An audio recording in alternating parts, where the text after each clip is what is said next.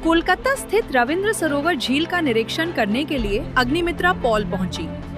निरीक्षण के दौरान उन्होंने झील क्षेत्र की साफ सफाई, पर्यावरण संरक्षण और आधारभूत सुविधाओं की स्थिति का जायजा लिया।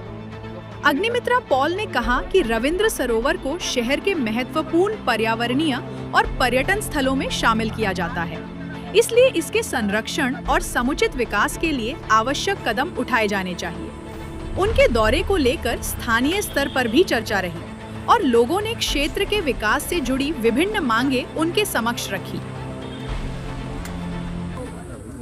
গাছের পাতা ঢিপ করে রাখা রয়েছে, এক জায়গায় পরিষ্কার করা হয়নি, ডাল পড়ে রয়েছে, ঝোপঝাড় অজস্র চারিদিকে, সেটা যে একটা ঝোপটাকে সুন্দর করে কেটে সিস্টেম্যাটিক যেরকম বিদেশে আমরা দেখি বা অন্য আমাদের রাজ্যেও দেখি, ওটা আমি বলেছি 15 দিন বাদে আসবো।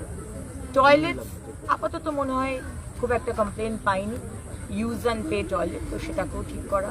কুকুরের একটা সমস্যা, কুকুর এখানে ঢুকছে এবং পেট লাভার্সরা যে কোনো জায়গাতে পার্টিকুলার জায়গা করা আছে, কিন্তু সেখানে না খেতে দিয়ে বিভিন্ন জায়গায় তারা খেতে দিচ্ছে, যে কারণে জায়গাটা নোংরা হয়ে যাচ্ছে।